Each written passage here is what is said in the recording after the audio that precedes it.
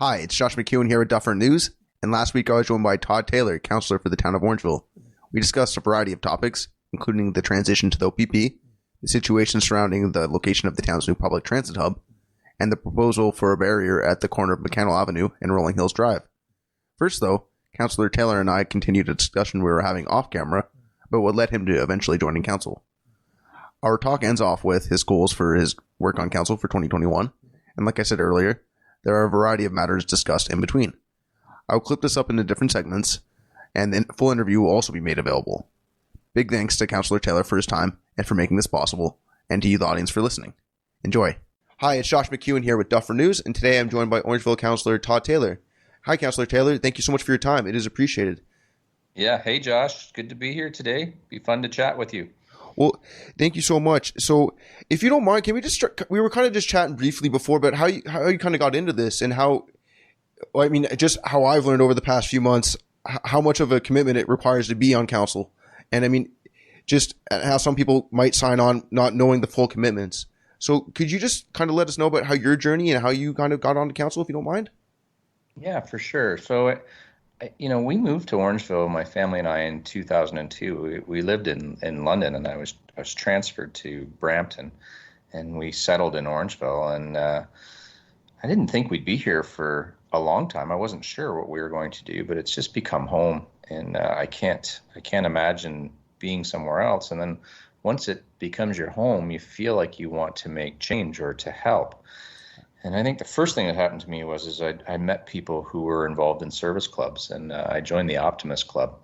And then everything went from the Optimist Club. So, the Optimist Club does things in towns like Christmas in the park. So I'm out there each winter putting up lights in the park and helping with that. There's the bike rodeo and a bunch of other unique things that the Optimist Club does for the town of Orangeville.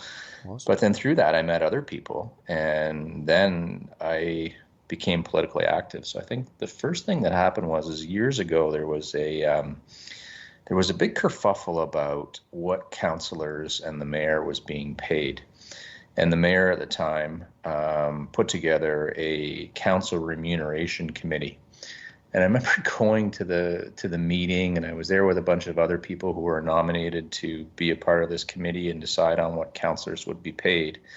And Next thing I knew, I was chairing that committee, and I just loved it. Like, I loved the fact that I could make an impact on the town. And, as a group, we all worked together really well, and then we presented back to council our findings, and council implemented those findings. So I felt really good about that. And then kind of a little bit of a monster was created. And in 2006, which was an election year, I put my name in to be on the library board, and enjoyed the library board immensely. It's an incredibly important board in our town, and I was on there for 4 years, but the last 2 of them I ended up chairing it. So, and it's kind of funny, when I first got there, I thought, I don't know what I'm doing. Like, what is this?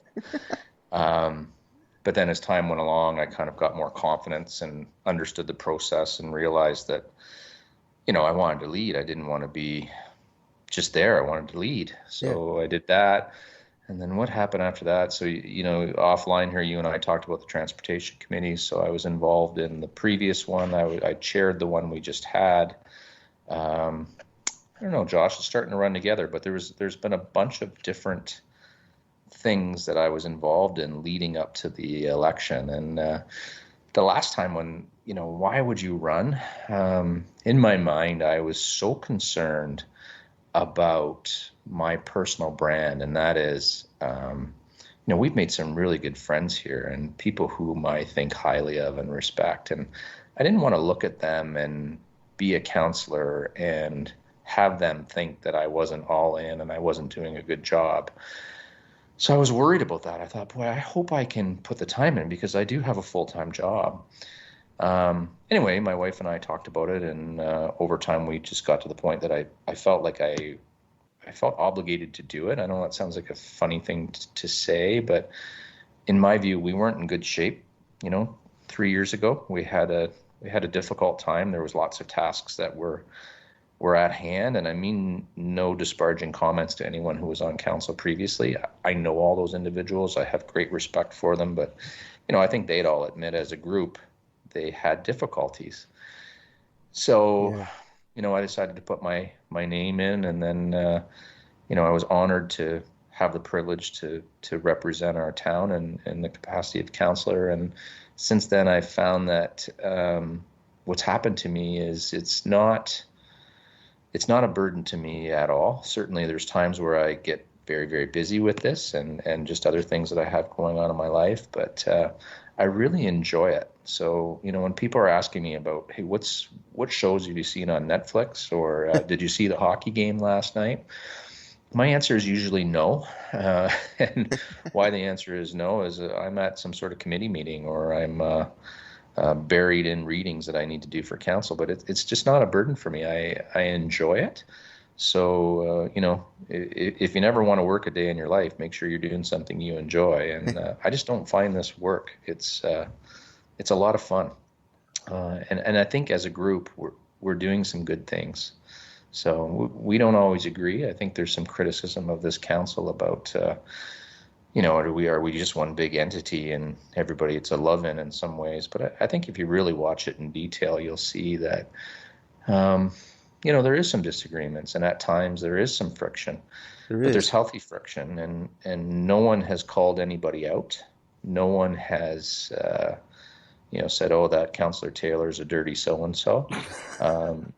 It's been respectful discourse. Yeah. And I think, honestly, that's what the taxpayers have asked us to do, right? Like, you need to debate the issues. Yep. But to see the unprofessionalism within council chambers, I don't think people want that.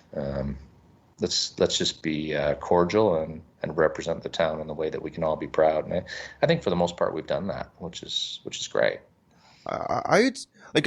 Obviously I've only been looking for a few months, but I do have to say, like, it definitely isn't a giant love-in. There is definitely disagreement on things, which is good. Honestly, and I feel like sometimes people people literally just put up the opposing view just to make sure there is that discussion. Not like there's sincere advocates for it, but it's just like we need to have those discussions. And honestly, I feel like you do that sometimes, which is good, because we like you said, we need to have those discussions, so it's not just everyone just blindly signing off on one recommendation. Like, we need to have discussions. Yeah, I think for me too, Josh, the big thing is I made a decision, and I wasn't quite sure what I was doing when I first got on council. And what I mean by that is I had to sort it through. I had to figure it out and find my way. Yeah. And once I found my way, and it probably took 6 or 8 months to do that and feel comfortable in the chair. There's a lot of responsibility by representing your town, but once I got comfortable, I was able to make up my mind that this is going to be a flippant comment, but I'm not there to get reelected. This isn't about, me keeping a chair for a long period of time. I'm going to do the best that I can and represent the town of Orangeville in the best way that I can. And if that means that I don't get elected again, I'm absolutely fine with that. I'm not doing anything that's irresponsible or untowards. I'm not going to make decisions based on a popular opinion. I'm going to make them based on the facts that I have available and what is best for the town of Orangeville. And an example of it would be, I don't wear it like a badge of honor, but I am still confident in my decision. And that is, I did not vote to go to OPP. The vote was 6-1. Well, who wants to be on the end of a 6-1 vote? No. I can tell you not many human beings would want that. And I certainly didn't want it either. But that's the reality of what happened. And I lost that vote, and that's absolutely fine. But then the net of it is I'm at peace with my decision, and I still think I was right. And time will determine that as we go. Yeah. Well, do you mind just letting us know how the transition, how's that gone so far? If you don't mind mind me asking. Yeah, so I'm chair of the Police Services Board. Yeah, sorry, I should have mentioned that. Candidly, absolutely honored to have that role. I'm thrilled that my fellow councillors trust me with that. And I can tell you, I've run with it. Like it's, if those that are watching this video today trust that the people on the Police Services Board are working very hard to ensure that the interests of all Orangevillians are looked after. And I think the realization for me, the wake-up call for me is the council piece is a fair bit of work, but the Orangeville Police Services Board, it's a ton of work.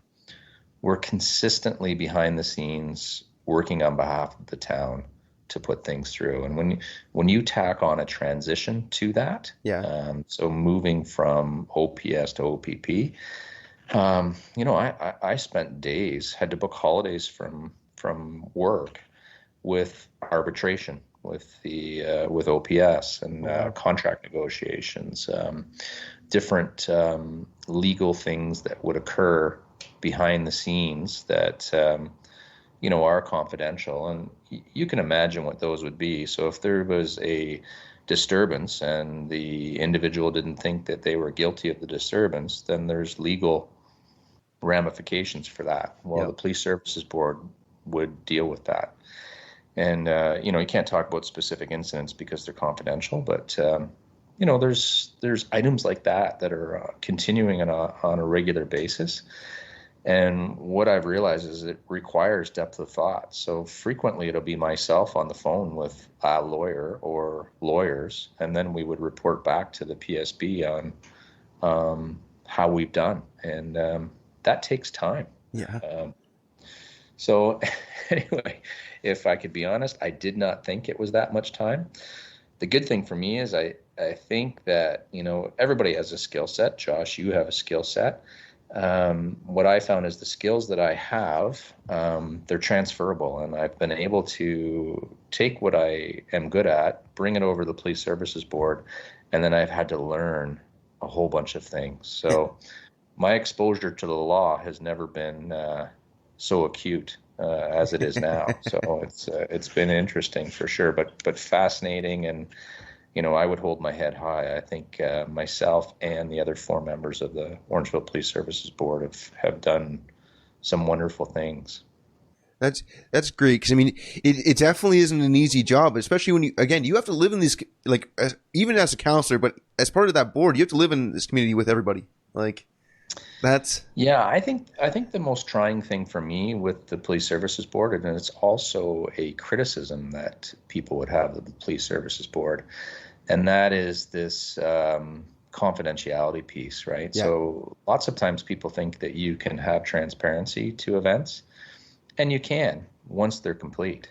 But prior to that, Josh, if you had something going on, or you were accused of something, far be it from me to speak of it until you were proven innocent or guilty. Otherwise, I'm just, I'm inhibiting the process with my personal commentary. So it's difficult to keep quiet. But at the same time, it's just so important to it. And I know that frustrates folks, but we're sworn by it. We made a commitment, and it's an act that's within the Police Services Board Act for the province of Ontario, and I'm committed to following that. So, it's been difficult, but I'm doing it, I guess would be the result there. Well, I can understand why people would be frustrated, but I think many can understand why it's needed and the benefits of it. And again, how difficult it is for any of us to actually live by it. So again, thank you for what you're doing, because it's it's not easy. Yeah, thanks, Josh. Oh, it's difficult. So actually, speaking of the Police Services Board, from what I understand, there is a bit of there's talks of moving towards a more regional Police Services Board. Am I correct in that understanding, or no? There has been talks of that. Yeah. Those decisions, if there was a smaller Police Services Board, it would be made. It would have, as it relates to Orangeville and Dufferin County, it would have to be made by the province and mandated by the province. Yeah. And we have been, asked, hey, would we be interested in participating in events with other Police Services Boards in Dufferin County? And we would, for sure. We haven't done that en masse yet. Candidly, we're still transitioning. Like Yeah, I know we've had OPP here for a few months, but there's still a bunch of OPS stuff that we're working on. 100%. And the concern for me is and here's the controversial statement of the hour. In Dufferin County, there would be no place like Orangeville within Dufferin County. Like, we are a town of 30 some odd thousand people. Yep. With unique items that need to be looked at and resolved on a regular basis, whereas the vast majority of the rest of the county is rural. Yep. So, personally, as the chair, I think we're quite different. And, I would prefer that we continue to have the Orangeville Police Services Board and not the Dufferin, and exclusively a Dufferin Police Services Board. If we all wanted to work together on certain initiatives, I think that makes a lot of sense. But maintaining our autonomy would be my position. Yeah, I think many could see the benefits of that, especially as Orangeville is growing. I mean, Shelburne's going to be growing as well. Yeah. I think many people would find it hard to make sense of combining those two things, especially with the rest of rural municipalities, even Grand Valley. Yeah, agreed. I mean, I live in Grand Valley, and I know we're far from becoming Shelburne or an Orangeville. Yeah. Now, Grand Valley's got lots of expansion coming up. The county itself is growing. Yeah. Grand Valley's growing, Shelburne's growing, and Orangeville is definitely growing. So It's interesting times. Definitely. It's great to see. I mean, it's definitely, especially with everything that's happened last year, there's still growth on the horizon. I mean, I've even seen a retirement hub retirement village proposed just outside of Grand Valley, which is a pretty interesting concept. I mean, we'll see what happens, but I mean, there's stuff on the way, so it'll be cool. Well, candidly, that sounds great to me. One of our issues is in Orangeville, unfortunately, it's very expensive now to live here, and we can all blame the politicians for the taxes, and, a certain level. But it's also, we're prohibited with our residential real estate fees too. Yep. So, prices is what I mean, right? It's difficult for people to get into the market here, and it's difficult for people to stay. So if you're under 30 or, for a random number over 65 on a limited retirement income, it's an expensive town to live in now. So if there was something just outside of Orangeville, which you're talking about, I think that would be beneficial to all. It's a huge problem. 100%. I mean, I volunteer with Telecheck, and there's quite a few we still contact that have moved out of the area, who feel quite alone because they've had to move, and they feel a little lonely because they've left all their friends in Orangeville because they can't afford to live here anymore. And I mean, I think that's the spot on comment, Josh, is that, who would want to leave once you're established in an area and you like your neighbors, you have your friends, and then you have to move away from them because you retire. Nobody would want to do that. No, not at all. Especially when you're moving to areas that are more rural, that don't have the transportation solutions that Orangeville does. And I mean, or you don't have the family close by to drive you to the appointments and things like that, or the established connections. I mean, it's just, it's a huge problem. I mean, thankfully there are people looking at it, but I mean, affordability is definitely a concern for everybody. Yeah. Well, I can predict it for you now. We're talking here in January of 2021, a year and a half from now, there'll be an election. And the major issue in the election is going to be taxes. And the major issue in the last election was taxes. They're high here for sure, and it's a significant issue. I think our council has done a very good job at keeping them below inflation. I think we had a 1.3, we had a 0.9, and here we are on our third budget in a year where there's COVID. My expectation would be that budget should be 0-ish percent. We've had a heck of a time. Our businesses are in a really tough situation, and I just don't see how we can go forward with massive bills for the residents. No. this year in particular. And I mean, Orangeville's been pretty good with helping provide some reprieve with that as well. I mean, the council has helped a little bit, like has helped relieve or at least push off some of that burden. Yeah, you think about that, and there's certainly some benevolence on behalf of council and town staff in doing those things for sure. Yeah. But the reality is, I don't know what choice we would have had. If people can't pay, we don't want people not in their homes. That's true. That is not what local officials should be doing. So, it could have been very disruptive for everyone if we hadn't have acted in the way that we did. So, although I think people think that's a really nice thing to do, I think it was just a have to do. We had to do what we did and do it quickly. I don't know. I'm not sure we deserve accolades for that. I think it was just, it was like putting your pants on in the morning, Josh. Like it was something we had to do, right? Well, it's great to hear because I mean, I know. I mean, again, I'm not in Orangeville, but I know it was needed. I mean, we talked to some of the same people, so I mean, we know it's how tough it was.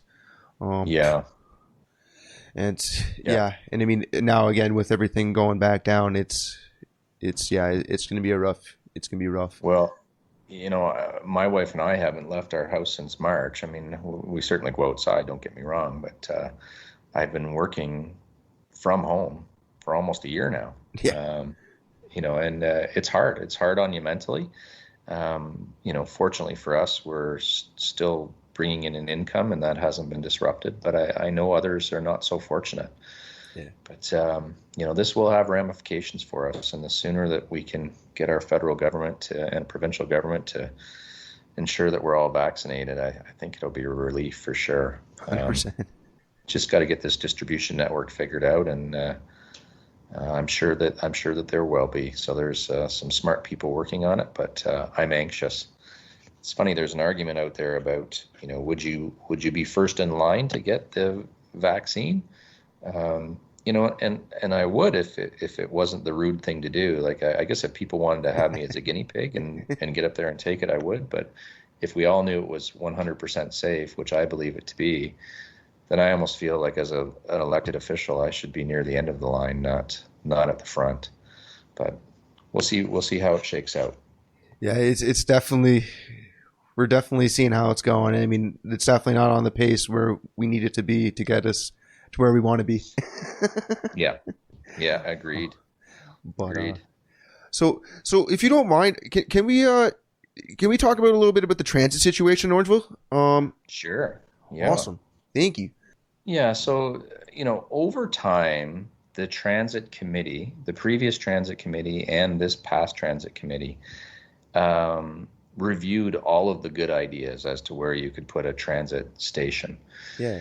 And just to be fair, like I think people don't understand what a transit station is. It's not necessarily where you would have a garage where the buses are fixed and mechanics are located and whatnot. This is a central hub.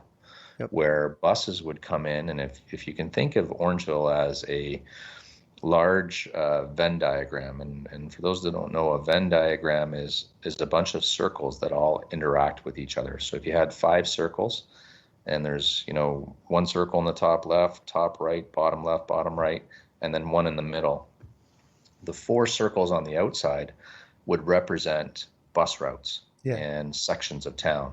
And each of those circles would move around and eventually link in with the middle circle. And, people that were on, say, the top left or the northwest portion of town could transfer through a central hub and get to the other side of town. So, for example, if you're at Alder Street Arena and you needed to get to the mall, you would circle around in the west end, eventually end up close to a central spot, whether that's downtown or at the Edelbrock Center, and then you would transfer and from downtown or the Edelbrock Center and get on the next bus line, which would take you to the mall, for example. So that's what we're talking about. This is a spot for the buses to meet. Yeah. And those buses would be there for about 5 minutes once an hour, because the rest of the time they'd be doing the route. And then they would all meet up at relatively the same time, or close to, staggered a bit, and people would transfer buses. So that's what a transit station is, or transit hub is. And there was numerous ideas. So at one point, the old train station on the south end of town was talked about. Well, the issue with the old train station, it's empty land. It's available to us. The problem is that, it's not central. Who would be there? Why would you be there? There's nothing there. You want something that has other amenities or a reason to be there as your central hub. An idea ages ago was the area right in front of the beer store and Freshco. We actually contacted the owners of the mall. They own the property there, not the town. Yep. And the idea is to have the, kind of the lay-by on Broadway and portion of the parking lot taken over, and we would have a transit station there. And everybody thought that was a great idea, myself included, because, people could shop at Freshco. There's, I guess there's the dollar store there, hair cutting. Yeah. Boy, if you wanted to get yourself a 6-pack of alcohol while you're there too, I suppose you could do that. But the idea is here's some options for people to do while they're transferring. Yeah. And then they would move. Anyway, so that one, the mall wouldn't sell us the property, wouldn't allow us to use the property, so that went by the wayside. Years ago, we did have the idea of the Edelbrock Center looked at, and there was 2 options. One was a lay-by on Center Street, and then the other one was to cut right through the property with a roadway. Yeah. And Mayor Williams at the time took that to County Council, and County Council did not approve it. So that was not an option to us. The consultant's report actually rated the downtown location in front of Carter's law firm as the best spot to meet.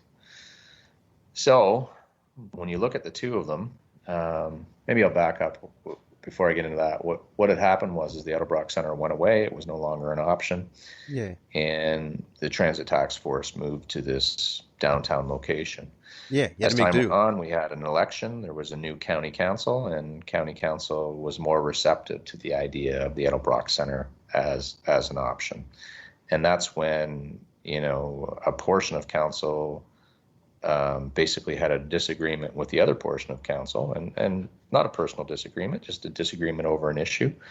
There was no blood in the streets on this thing. It was just some of us had ideas for one thing and some of us had ideas for something else. So the differences between the 2 locations is that the BIA spoke up and said that they didn't want that transfer hub downtown. So that was one piece.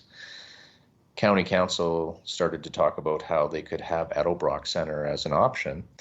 But the difference is the Edelbrock Center is going to cost about $300,000 to implement, and the downtown location was negligible. And by negligible, $50,000 or less. There wasn't an actual estimate done, but it was very low because of what needed to be done down there to make it a transfer station. Yeah. Now, we do have a grant. There's a provincial grant that we were given federal grant that was given. And, we have a $300,000 grant. So when people are saying that the Edelbrock Center doesn't cost anything, well, it does. It costs $300,000, and we have $300,000 from the federal government. But the reality is, Josh, is you and I are the only ones that are the taxpayers. So we did pay for that $300,000 in some sort of way. And there's other things that we could have done with it, so we could have bought another bus. We could have put shelters up at all the different bus stations, so you have a glassed in area at each bus stop. A bunch of different things along those lines with that money. So, I think that's my disappointment is in my view, and again, I'm not here to get reelected. I'm just here to do what I think is best for the town of Orangeville. And we can argue till the cows come home, but I believe that should be downtown. I think it's the most economical decision. And really, if you're having people that are going to be down in an area, why wouldn't you want them to be downtown? They can shop while they're there. They can be on Broadway. It's the central hub of our town. That's, in my mind, that's where that should be. Anyway, we've had a vote at council, and I'm on the losing end of that vote. That vote was 4-3. And I'm fine with that. I respect the democratic process. But right now it's with county council, and they're deciding exactly what to do. So the engineers will come back to us and let us know if the Edelbrock Center is a suitable option or not, and county council will decide what should be done. So more to come on this, but I think my piece on the transit hub and where it will go is completed for now until we hear back from the county. Yeah, and thank you for highlighting what the money could have been used for instead. Because I don't think that's been captured enough by myself in what I've written or what others have written as well. Because that is important. Because it could have improved the quality of the other bus stops, which is great. Being protected from the rain and the elements is extremely important, especially for the seniors. A lot use. Well, it's important for everybody, but for many seniors that do use the transit system, and that probably would increase ridership. Because I've seen the numbers from a 2016 survey. You have more people, a lot more people walking to work than you do having using the transit. Which I'm fine with that too. But I'm fine with that. But it's surprising to see the disparity. Yeah. Well, here's the other elephant in the room, Josh, and that is a lot of people don't understand the transit system and what it's there for. And, people frequently want to throw out, well, we don't make any money on it. It hurts us. Well, I can tell you, audit New York City, audit the city of Toronto. These things lose money. Yep. They're not there as a money maker. No. Obviously the more revenue we can get to offset the costs, the better. But there's no transit system that makes cash in North America. Yeah. It is there to help people move from place to place and be inclusive. It kind of fits with what our country is. We don't like to leave people behind. And there's some people who live in the West End or in in another section of town that don't have cars, and they need to be able to get to a place. And there's certain points within our year, and January and February is one of them, that walking can be difficult just because it's minus 20 out. 100%. So, we need to make sure we have the benefit. I've contemplated what would Orangeville be like if we didn't have the public transit system. What would we do as a town? And I think there'd be some people that would say, well, that doesn't matter, we don't need it. But the reality is, I think that'd be a gigantic step back. Most towns have a transit system, a progressive town, right? And the automobile, it would be wonderful if we were walking and taking public transit as opposed to the automobile. So I don't know. I'd feel remorse if we walked away from something that, as time progresses, I think we're going to need more and more. 100%. 100%. And like you mentioned, it is inclusive. When you look at those bigger cities, everyone uses them. It's a place where everyone pretty much, a large majority of of all different kinds of backgrounds have to use. And it's a place where people come together. It's something that people care a lot about. And as we grow, it's going to be the same thing. Agreed. That's the other thing too, with the delay of with the transit hub moving, people have highlighted how there's room for how it allows for room for expansion, if they went with Edelbrock, but at the same time, it's possibly delaying the expansion of a fourth transit line, is it not? If I understand correctly? Yeah, you're absolutely right. Today, Orangeville has 3 buses. Yeah. And, there's an entire section of town that doesn't have a bus 100%. system. And, so those are taxpayers who are paying for something that they don't have access to. So we really need to get this 4-bus system off the ground, and have a 5th bus as something that would be, used if maintenance was required on one of the other buses, so that we're not shut down, right, when we're utilizing it. So I don't know. To me, we're a bit Mickey Mouse right now, and until we can get this new process implemented, we're going to continue to be Mickey Mouse and not serve the town in the way it needs to be. So I would suggest, in my frustration, that if we don't have a transit station and we can't come to an agreement, which I think we will, then I think we should really be looking at the future of our bus system. Like, if we can't make it politically, then why do we have this thing? Because inefficiency is just frustrating and a waste of money. Yeah, well, I mean, I saw a stat, like, from 2016, like, only 66% of Orangeville was within 5 minutes of a bus stop. And yeah, so again, picture yourself as a 78-year-old individual with some mobility issues. Yep. It just doesn't work, right? No, not at all. And I mean, we have more. It's not like these, like, seniors and people that have mobility issues are focused to one area of town. They're not, especially as more and more of us are living together. Yeah, there isn't the mobility issue district of Orangeville, right? So it's not like you service them all. We get to live where we want to live. Yeah, and we have people living together. I mean, like, with seniors living with their kids and stuff like that. Like, we need to have these services as widely distributed as possible. Yeah, it's interesting. There's always a thrust for taxes and money, and believe me, like, I run my household very tight. We watch every dime we have over here, and I do the same when I'm looking through what we're paying out as a town. As a councillor, I'm obligated to make sure that we're spending appropriately. But the reality is, sometimes you need to spend to ensure that people are looked after. And transit's one of them. And if you wanted to morph to something else, I know you want to talk a little bit about rolling hills. That would be something else that would fall in line with this idea of supporting others. Yeah, if you don't mind, yeah. I mean, there's one more question I had about the transit with the transit task force. But I mean, if sure. So I saw that one of the recommendations was against partnering with the county to extend transit services beyond Orangeville. Does that have to do with, like you mentioned, like, because Orangeville is quite different from the rest of the county? Its needs are quite different. Does that have something to do with it, or can you provide some more details on that one? So there's a couple of different things going on with transit outside of the county, and some people have asked us, can we use your buses to have a route go to other areas within the county? And hey, we're here to work together, and if you want to use our buses, that's just fine, but you're going to pay for them.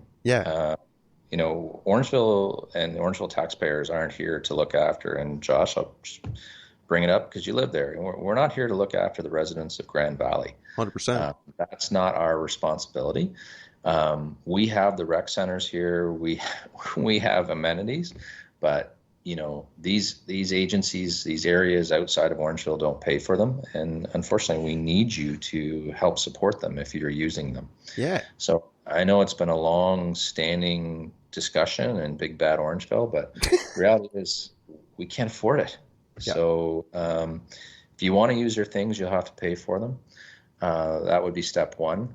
I don't see a lot of benefit, candidly, in us sharing something with another municipality that we already don't have. You just mentioned that we need another bus. Yep. Well, that indicates that we're short a bus today.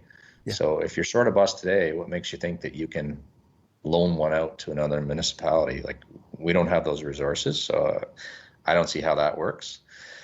And then the other piece to it is there is chatter about supporting some sort of line into the city and having this link up with another line into the city. Well, there is no report that would show that we justify having some sort of transportation line into the city from Orangeville. We certainly have a Go Bus today that you would see run, in the morning, and you would see run in the evening. But on balance, that service is not required in a great way. And there are no plans. And, the plans with the province and the feds, they're done out to 2031, I think. there's nothing in there for the town of Orangeville to be receiving GO service, in terms of a train or what have you.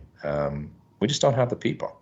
So, we can ask for these things, but again, these things cost money, and the facts aren't there to support them. So, if I sound difficult, I get annoyed when people are saying things like that, when there isn't a need for it. There isn't value to the taxpayer. And, I'm elected by the citizens of Orangeville, so I need to have their best interests at heart. Yeah, well, I mean, these decisions have to be justified. I mean, you look at what happened with Shelburne. I mean, they were able to luckily get involved with Grey County, and it didn't cost them any money to get involved with that. And I mean, yeah. I get the suspicion if Grand Valley is going to be involved in any kind of transit line, it's going to be something coming down from Arthur Way or like Mount Forest or something down that highway, and we can maybe hop on at the end of our highway. But I mean, I don't see there being. I find it hard to justify bringing transit out here to Grand Valley. You're like, there's no reason to come out to Grand Valley unless you're coming out to Grand Valley. Yeah. Again, I'm supportive of transit, and I certainly respect all of the municipalities within Dufferin. I don't mean any ill will towards anybody, but the taxpayer of Orangeville can't fund these things. No, nor should they. Even if they could. but and that's my whole thing. Like, if I could get rid of having a car, I'd jump on it the first opportunity I could, and I'd fight for it. But I mean, it doesn't make sense bringing, especially for Orangeville, to be in, like, basically footing the bill for it, which they would be in part. And again, like you said, a fourth line that's needed in Orangeville already. So like you said, if we have an extra bus, or like if Orangeville has an extra bus, I agree. It's a little silly. Did you want to talk about Rolling Hills, Josh? Yeah, please. Yeah, so if you don't mind, like, I mean, I've done a piece recently on the situation over at Rolling Hills. So I mean, and from what I understand, more of council is getting on board with putting a barricade there. But I mean, I from what I understand, you've been a proponent of this for a long time now. Yeah. So my history with this is I saw pictures of a car through a deck and hitting a house about a year ago. Yeah. And not a lot being done. So certainly a little bit of time went by, but at a certain point I called DL and Jason Robb and asked them if I could come see them so that we could talk about next steps and what needs to be done. And, my good friend Lisa Post, yeah, who I think quite highly of, she and I decided that we would work on this together.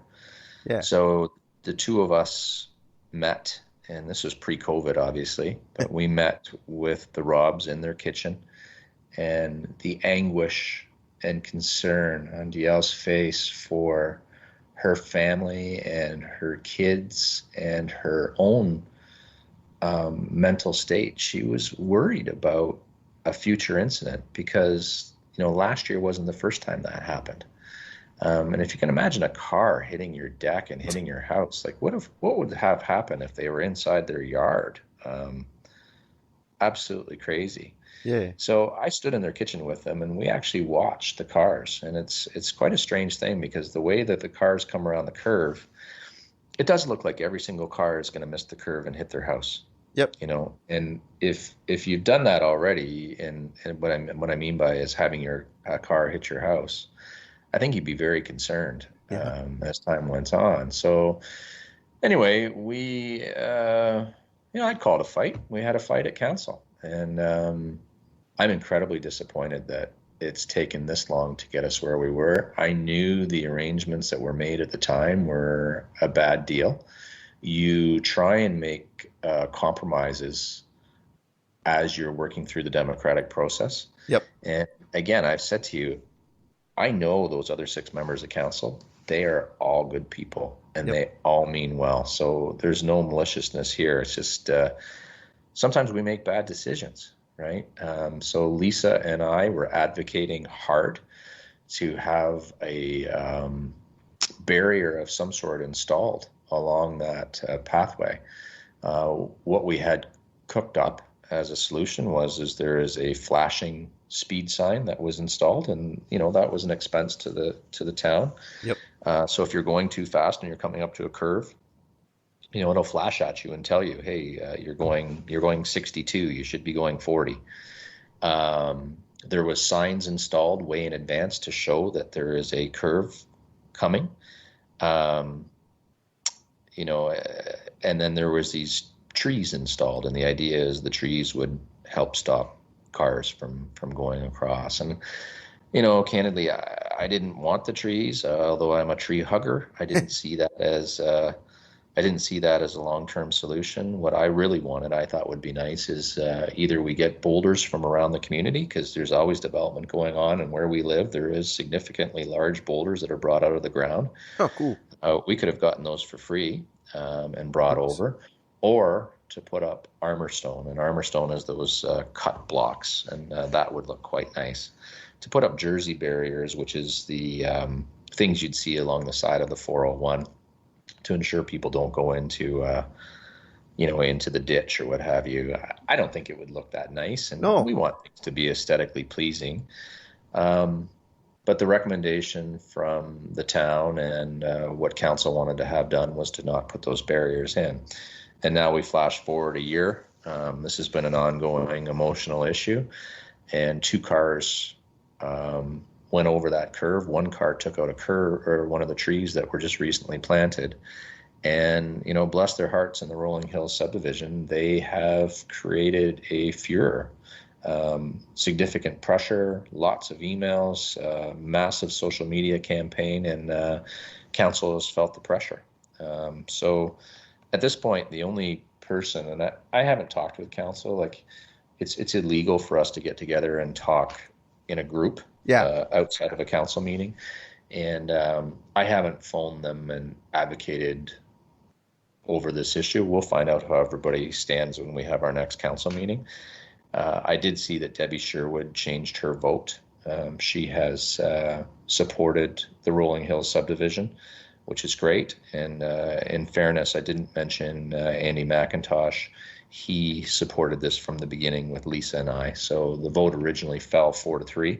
Yeah. And Andy, Lisa, and I wanted this to happen. So I think I don't know what the rest of council would do in this instance, but I have seen public statements on social media by Councillor Sherwood. So at this point, to me, we're going to get this approved. It would be 4-3. Andy, Lisa, myself, and now Councillor Sherwood will vote in favor of this, which I think is excellent. Yeah. And what the other 3 are doing, I don't know. I just haven't seen anything, and I haven't asked them what their position is. So we'll all find that out when we're at council. But I think it's a travesty, that we would leave a family vulnerable in that way. We're supposed to look after each other here, and this would be another instance of, hey, I do look after the public purse. I'm acutely aware of what things cost and what that means to the taxpayer. But then there's also spots where you have to do what's right. And although this only fixes an issue for one person, we need to look after that one person, that one family, and make them safe. It's outrageous to leave it in any other way. Well, 100%. I mean, obviously, like, the community's rallied around them. I mean, we've seen it, and yeah, it does matter. And also, I mean, I would say even you advocating for like protecting these people is in the interest of the public purse. I mean, this has been going on for years. I mean, before your council, like before your term on council, this has been going on for a long time. I mean, you had the previous comments were made by the previous council saying that this wasn't needed. And I mean, this is, or nothing was going to happen, and then things happen.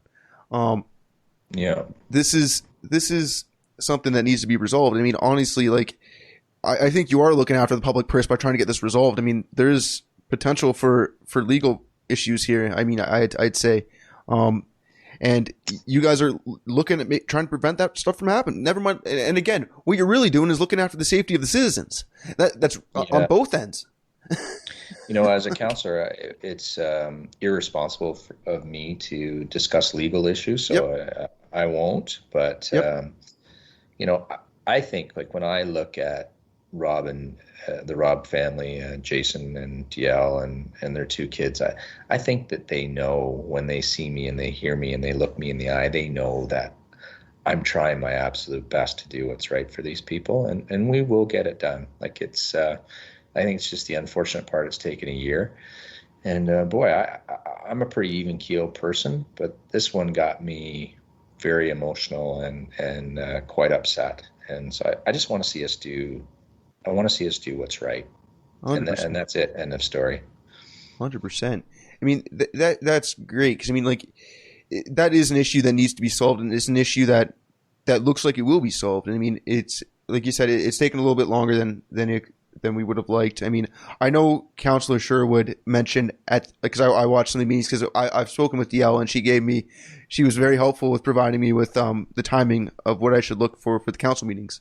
And I did see that Councillor Sherwood wanted to wait until the budget wanted to make sure it was allocated in the budget, which is what's going on, I guess, upcoming here. So this timing aligns with what her schedule would have liked.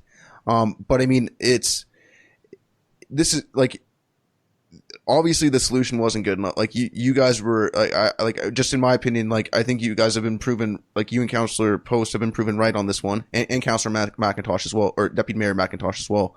Because thanks, Josh. If I can interrupt, my comment on that would be and I do agree with Councillor Sherwood on the budgeting process. Like we need to stick to our guns and hold to the budget line and be planful in the things we're talking about. And then I'll talk out of the other side of my mouth. Like if this is a $10,000 or $12,000 decision that we need to make on behalf of council, we approved COVID money at the drop of a hat earlier this year. That's true.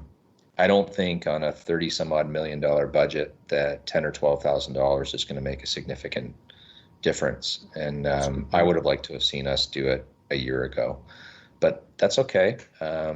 If we can do it this year, then that's fixing the situation, and that's all I can ask for. Yeah. So I do appreciate the fact that Councillor Sherwood has come forward in the way that she has, and I certainly appreciate the support of Deputy Mayor McIntosh and Councillor Post on this. Yeah, just want to get it done. 100%. And from what I understand, I know the Robb family has too. Because I mean, when I spoke with them, they were very grateful that people like that you and Councillor Post were listening to them. That you guys took the time. That's kind.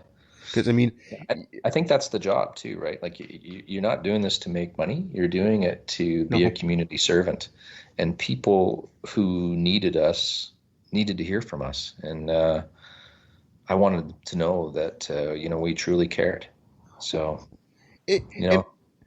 I want to highlight that too, because I mean that is something I've noticed, particularly with yourself. You're quite communicative, and you've like with what's going on in council and just what's going on in the community in general. It seems like you go out of your way to make that happen. In addition to being an advocate for certain areas of the town that feel underrepresented, like Rolling Hills and a couple others. Like I mean, even when our first discussion with Hanson, it's just something I've noticed the past few months, that you are a strong advocate for these communities that do not feel like they've been paid enough attention to, which I think is a great thing. Yeah, I appreciate that. I don't just do it blindly. Like if I don't agree with something or I don't think it's the right thing to do, then I'm going to stand my ground. I don't just fold my tent. So I think transit and the OPP are two things that would show that that's the case. Yeah. Hanson to me. We had significant amount of people suggesting that this was the wrong development. The unfortunate piece about it is the developer in lots of ways has us, right? Like It's hard to get them to do different things. But the reality of the whole thing is we had a massive amount of people saying within our town that they didn't want that. And then I think about what Orangeville is to me. And Orangeville is not Mississauga. Orangeville is not these areas in Brampton that are popping up. And I mean no disrespect to those two municipalities, but, we have a different look here. We have a different feel. And basically, you're going to have a very jammed-in neighborhood right on Hanson Boulevard. And candidly, that's not what I want for my town. I don't want to see that.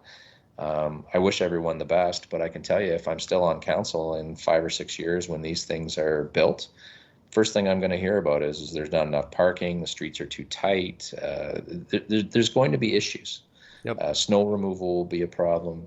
I can see it now. So why would we want that? I just don't get it. It doesn't make sense to me.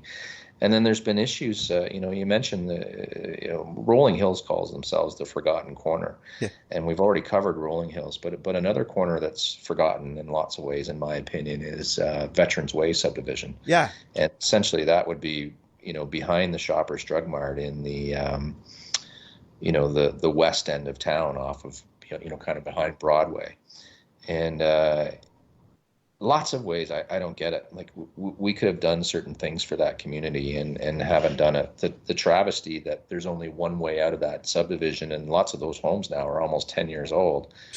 It's lost on me why we would have allowed to have a builder do that in the first place and not have a bridge built. It's really inefficient.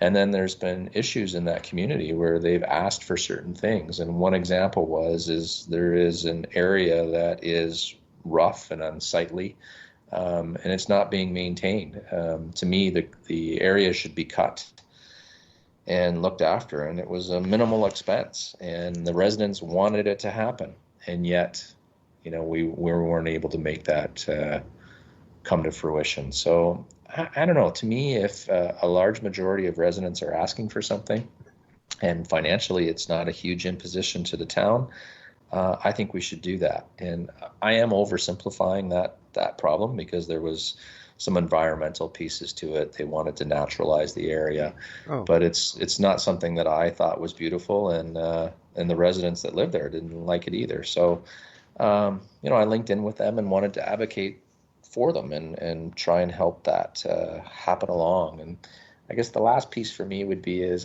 I think that people within our town are craving communication with their elected officials. Yep. And I know what I signed up for.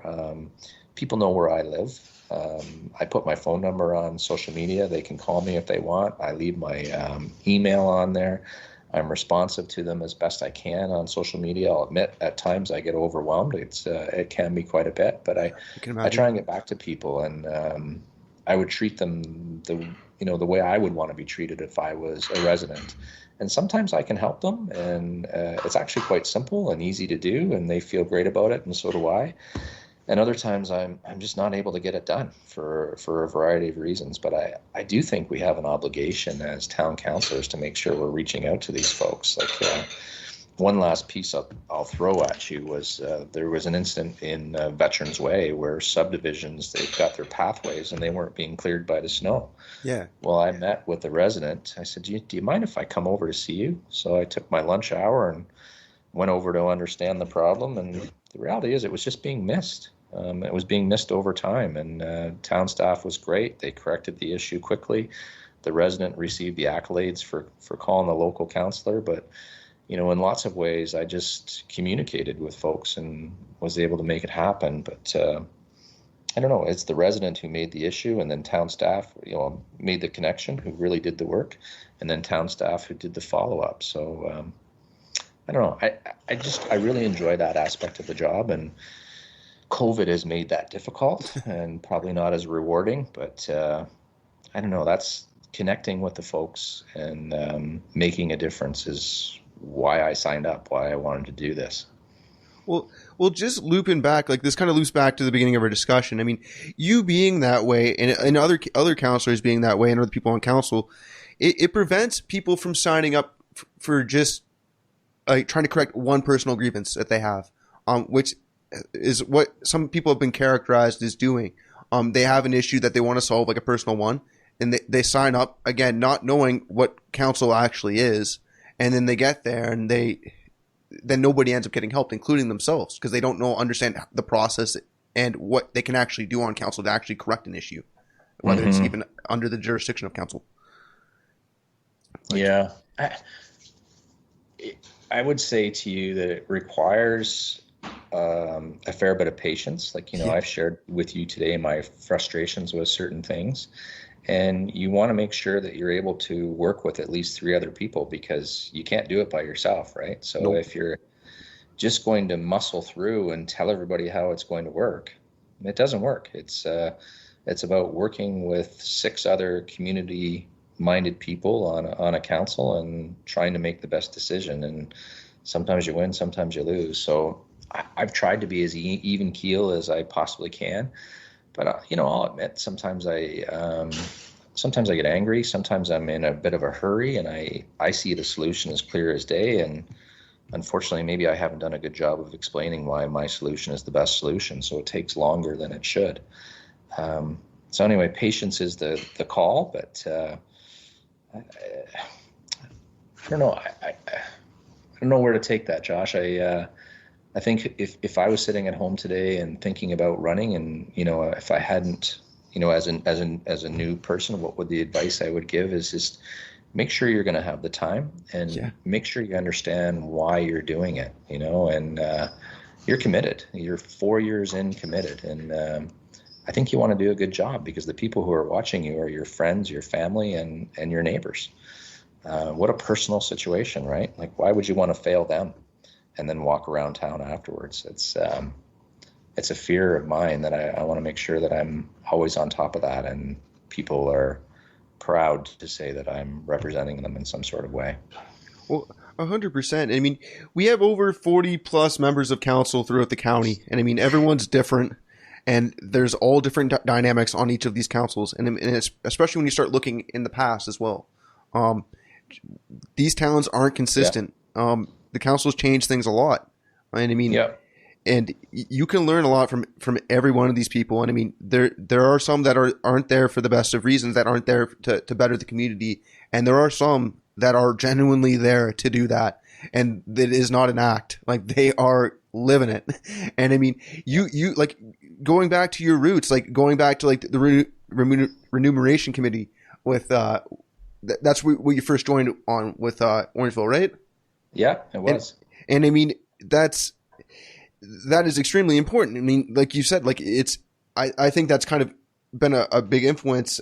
Maybe I could say from what you've told me, like, cause I mean, managing the checkbook and making sure, like watching the dollars that go out, starting off with council and then going from there. I mean, there are some that do not take that approach. So I mean, I think there's many that can be grateful for that, because I mean, that is something that people like to complain about, regardless of the municipality, is that there's too much spending and taxes are too high. Yeah, I guess to offer it back, and if I was to speak about our council, because I don't, full on, I know who the county players are, but I don't get to see them in action as much. I just, candidly, I don't have time to dive into their details as much as I would be interested in. But I can tell you, for our council, like, there's certainly times where, Joe Andrews and I don't see eye to eye, or, Lisa Post and I don't figure it out, or the mayor and I don't get along. But there's a high level of respect, and there's a high level of desire and need and obligation to make sure that we're all doing things in the right way. And I think that's really important. So even though we disagree, I'm proud to be sitting up there with those other 6 people, and hold my head high, and honored to be sitting there with them as well. So all good folks. And I would just like to ask, do you have any goals for Police Services Council and the town for 2021? Yeah, so we have just recently gone through a strategic plan and what the goals are for the rest of the term.